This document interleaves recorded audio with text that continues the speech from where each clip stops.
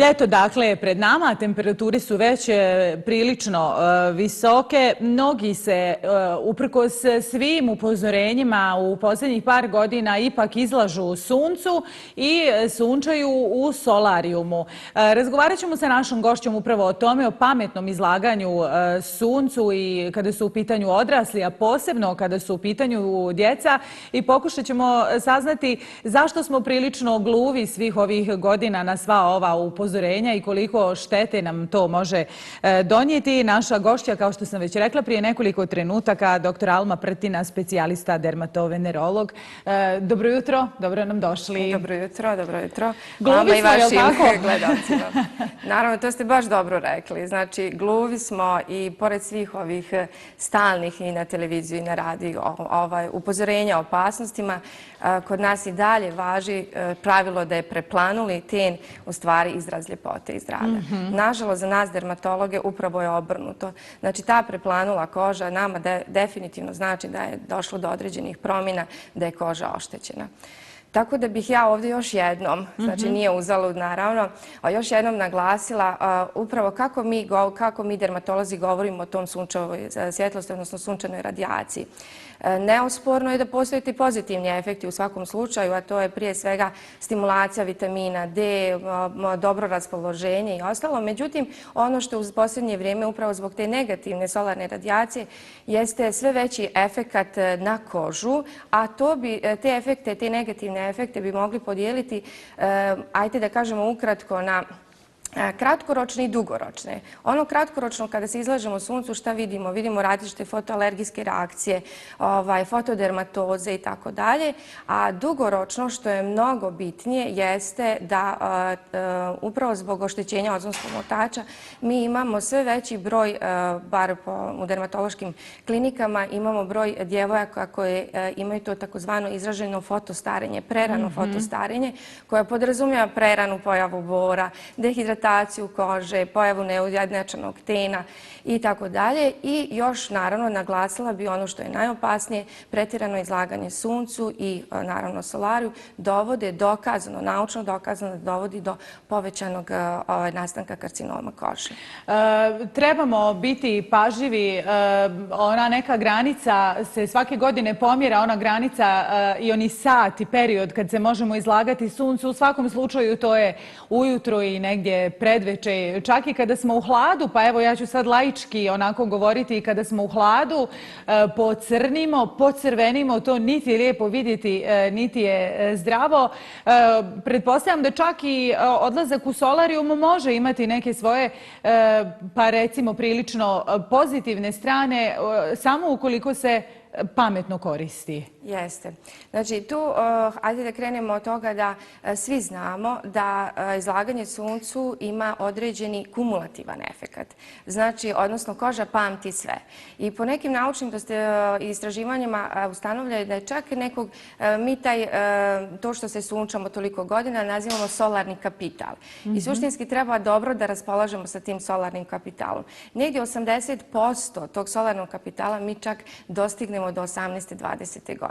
Znači sve ostalo je preko, sve ostalo je štetno, kumulativno i dovodi do određenih hroničnih oštećenja kože. Tako da, znači, naglasila bih ovdje, solarij u stvari samo dodatno akumulira te negativnu solarnu radijaciju u našoj koži.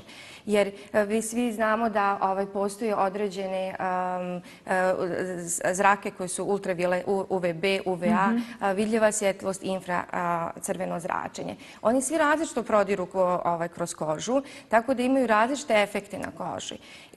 I ono što bih rekla, pametno izlaganje sunca, ovo što si ti već navela, u svakom slučaju preventivno izbjegavanje sunca kad je ono najjače, jer je ozonski omotač definitivno oštećen i sve veća količina tih negativnih sunčevih zraka dolazi na zemljenu površinu. Međutim, treba definitivno preventivno izbjegavati periode od 11 do 16 časova, odnosno sad se to pomjera od 10, pa čak i do 3 sata upravo zbog ovoga. A ovdje na ekranu, kao što vidite, imali smo jednu dobru edukaciju upravo o pametnom izlaganju suncu i novim antisolarnim kremama. Šta to znači? Antisolarna krema suštinski trebala bi da ima veliki broj faktora i novija tehnologija. Se sastoji od takozvane te booster tehnologije koji sebi ima filtere koje blokiraju UVB, UVA i infrared zračenje. To je jako bitno jer je dokazano da je infracrveno zračenje najdublje prodire kroz kožu i izaziva najteže oštećenja u koži.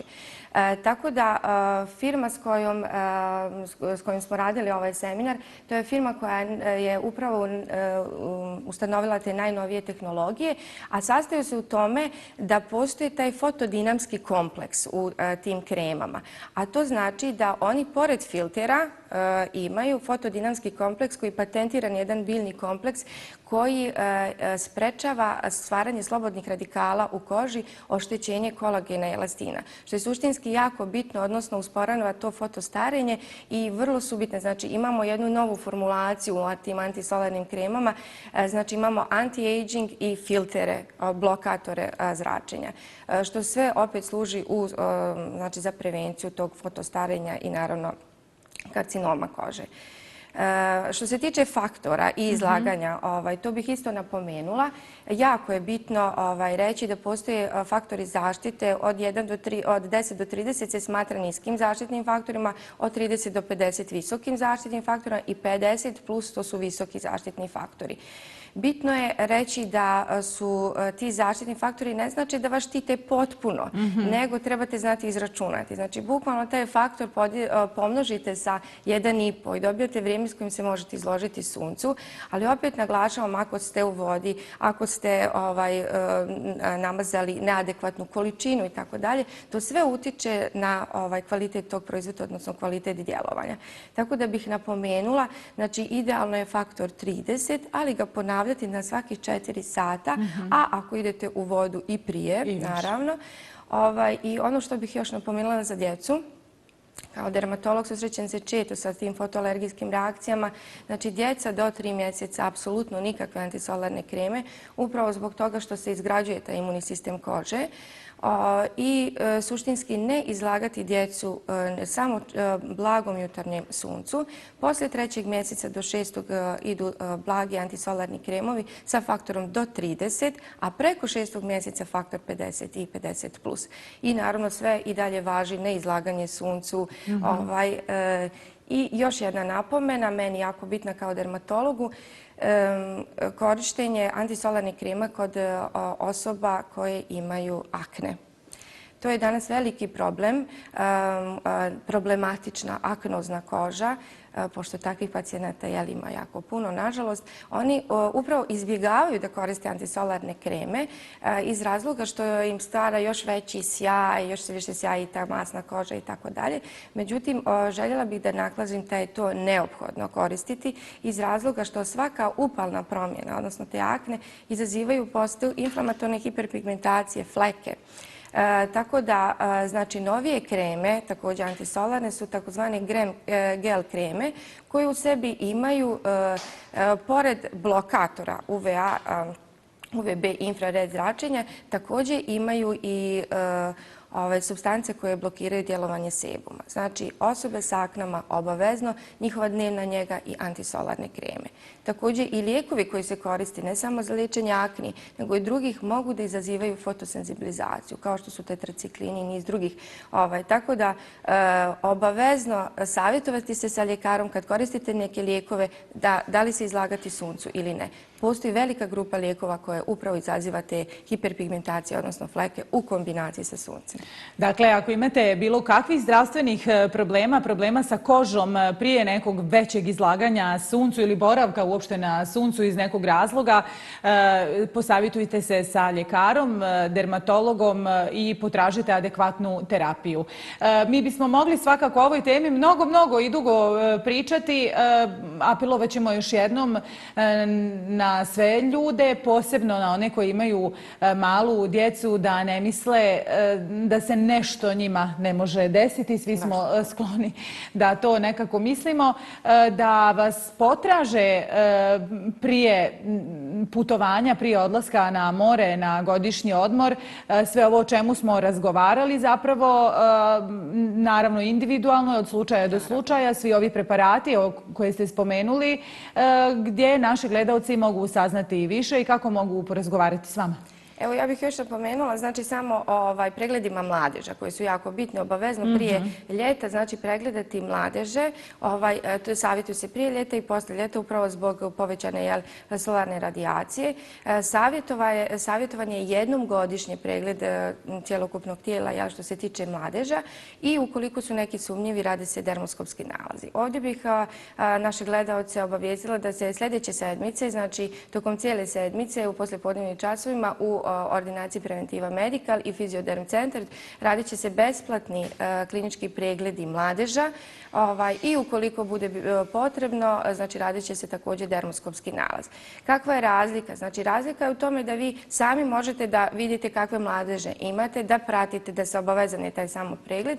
Međutim, dermoskopija je nešto što znači uvećava od 20 do 100 puta, tako da mi tim dermoskopskim nalazom možemo da vidimo kao dermatolozi značajne promjene u mladežima. Tako da pozivam sve gledaoce koji su zainteresovani da se jave u ordinaciju Preventiva Medical i Fizioderm centar za besplatne dermoskopske preglede. Eto, idealna prilika pred ljeto. Doktorice, hvala. Biće prilike još da se vidimo i razgovaramo o ovoj temi. Hvala i vama na pozivu. Vidimo se.